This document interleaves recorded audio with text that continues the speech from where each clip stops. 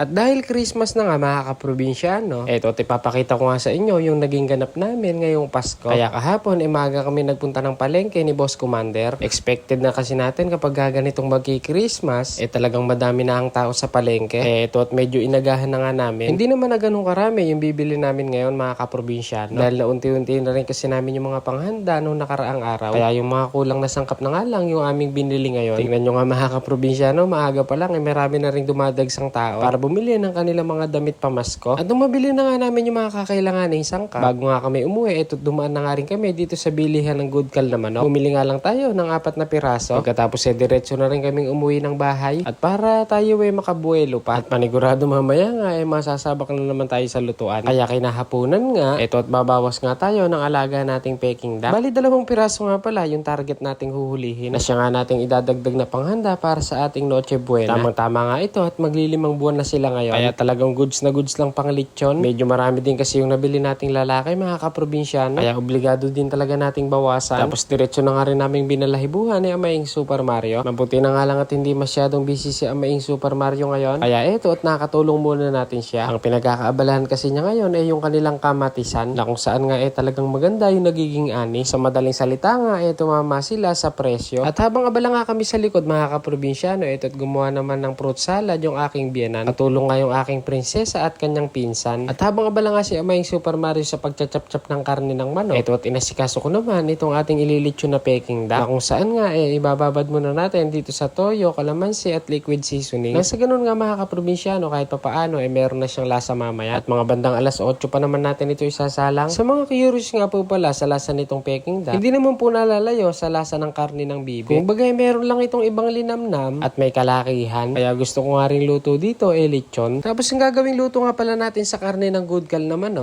chicken curry. At para mapabilis, ito sinalang na nga natin sa pressure cooker. Pagkasalang nga diretso na nga rin nating tinimplahan itong ating pang fried chicken. Na kung saan nga talagang gustong gusto ng mga bata. Itong ginagawa kong diskarte na to mga kaprobinsyano. Ito yung paraan natin para hindi na natin i-marinate ng matagal. At kapit na kasi dyan sa karne yung mga ginamit nating pampalasa. Pagkatapos ikinoting ko na rin mga kaprobinsyano. Ito nga palang lulutuin naming fried chicken mga kaprobinsyano. Nasa 4 na kilo at kalahati. Kaya talagang medyo marami-rami din. Si Boss Commander nga pala yung nakatoka sa pagpiprito. At para mabilis-bilis nga yung aming ginagawang pagluluto. Dapat kasi bago mag alas 12 mailuto natin lahat. At si Amaing Super Mario naman ang nakatoka sa pagpapaikot ng lechon. Para mas mabisa nga yung lasa nitong ating lechong Peking duck. Bago natin ituhog niligyan namin ng tanglad sa loob. At sa paglilechon nga nito mga kaprobinsyano, 1 hanggang 2 oras goods na ito. At ito nasa 5 buwan pa lang naman. Kaya malambot pa talaga ang karne. At habang nagpapaikot nga kami dito sa labas, busy naman yung iba sa loob ng bahay. Nagdatingan na nga rin yung iba pang pinsan ni Boss Commander na makakasama nga natin sa ating Noche Buena mamaya. Mabuti na nga lang din tumulong na rin sila magbalat ng mga gulay. At tayo naman mag-uumpisa na magluto nitong chicken curry. Sandali nga lang ding lutuin ito mga kaprobinsyano. Pagkagisa nga natin ng luya, sibuyas, bawang, curry powder, nilagay na natin kagad itong karne ng manok, mga perinito nating gulay, kakanggata at panghuli nga itong dahon ng celery. Ganyan lang po kadali magluto ng chicken curry mga kaprobinsyano. Kung may gusto pa po kayong idagdag na ricados, kayo po ang bahala. At kung may luto ko na nga itong chicken curry, hinango ko na rin kaagad. Tapos diretso na nga rin tayo nagsalang nitong malaking kaldero para sa paglalagaan nitong pasta. 4 na kilo rin kasi yung lulutuin nating pang spaghetti. At marami-rami din kasi yung naipon dito sa bahay. Kadalasan nga sa mga pinupuntahang Christmas party, pang spaghetti ang madalas na ibinibigay. At habang naglalaga nga tayo ng pasta sa labas, itong aking biyanan naman ang nagluto na ng sauce. Magilas din magluto yung aking biyanan mga kaprobinsyano. At hindi nalalayo sa Jabile.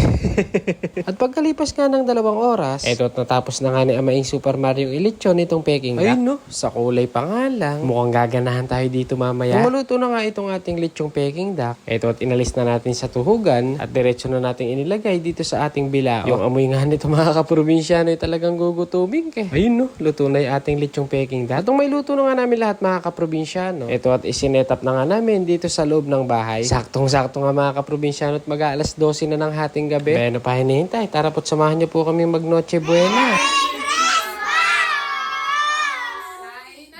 Oy!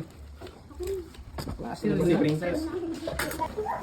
Tikman na natin mga kaprobinsyano ito nga. Lechong Peking duck. Tapos, gusto mo yan? Kumain niyo. Yung lasa, ano naman?